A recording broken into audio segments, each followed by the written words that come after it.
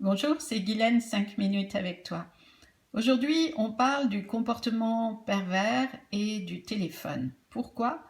Parce que le comportement pervers adore jouer avec le téléphone. C'est un de leurs outils préférés. Alors, je te rappelle qu'on ne devient pas, on n'adopte pas un comportement pervers par hasard. C'est toujours une personne dans l'enfance, soit qui a été adulée et qui a perdu le sens de la réalité, soit une personne, c'est-à-dire un enfant qui a beaucoup souffert d'autorité extrême ou bien de sévices physiques et moraux. Donc, pas de jugement.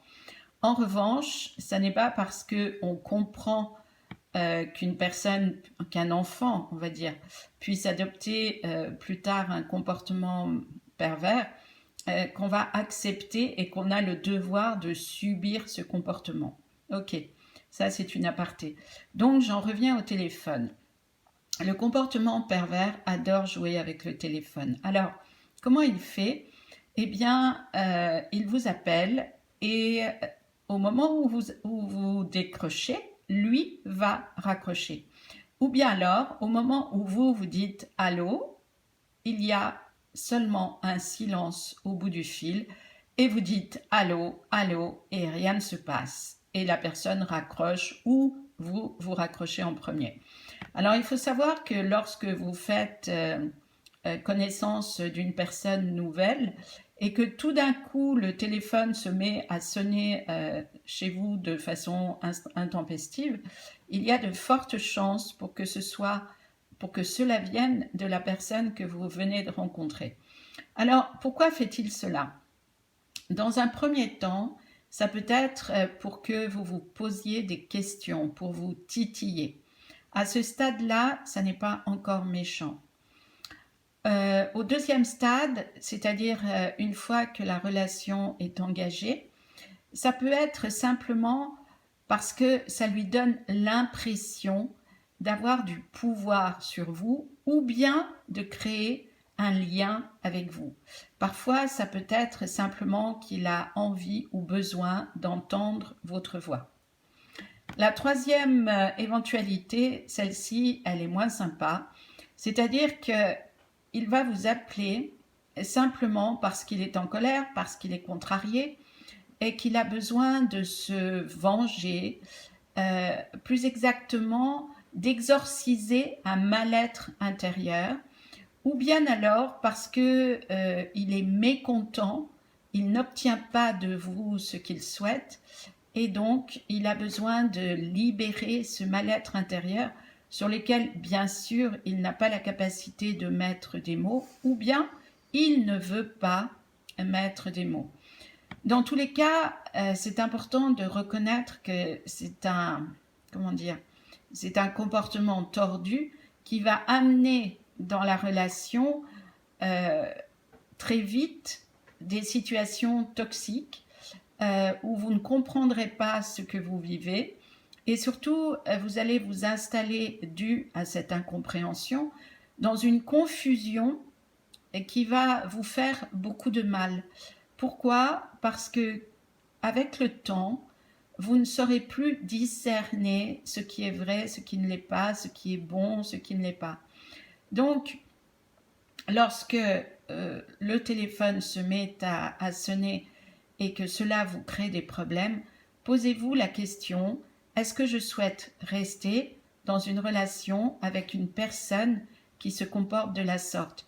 Parce que le téléphone, vous l'avez bien compris, c'est vraiment la symbolique d'un mal-être intérieur qui est beaucoup plus pernicieux, beaucoup plus pervers que ce qu'il en a l'air. Et vous n'êtes pas obligé de croire que parce que vous souffrez, ça c'est la grande spécialité des femmes.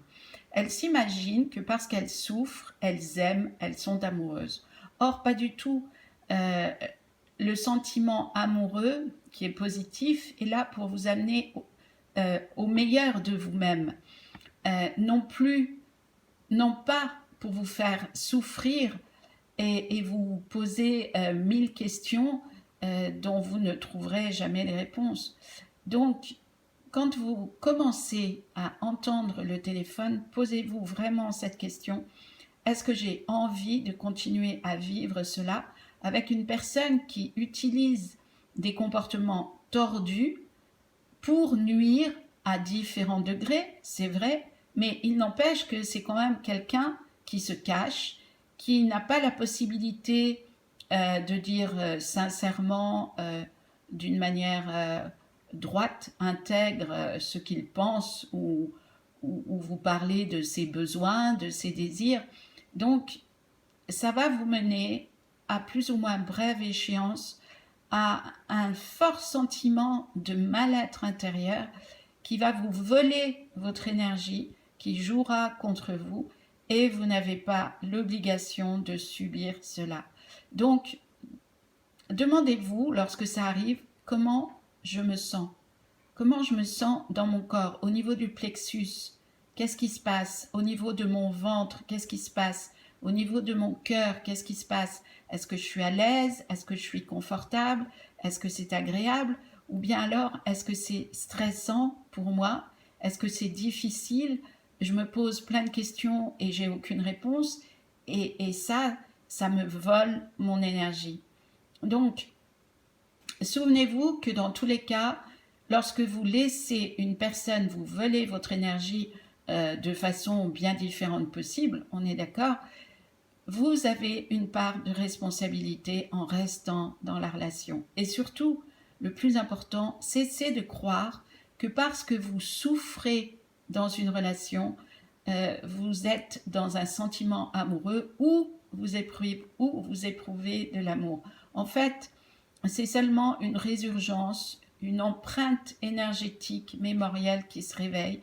Ça n'a rien à voir avec la situation actuelle, ça passe par la situation actuelle, mais ça provient de votre enfance, parce que vous avez déjà connu enfant ce mal-être, ce stress, et honnêtement, si vous le revivez, c'est dans le but unique, en tout cas ça devrait, de vous libérer de ce qui vous tire par le fond et qui reste très désagréable à vivre. Voilà, prenez soin de vous et si vous avez des questions, rejoignez-moi sur guylainelipski.fr. Merci de m'avoir écouté et à bientôt.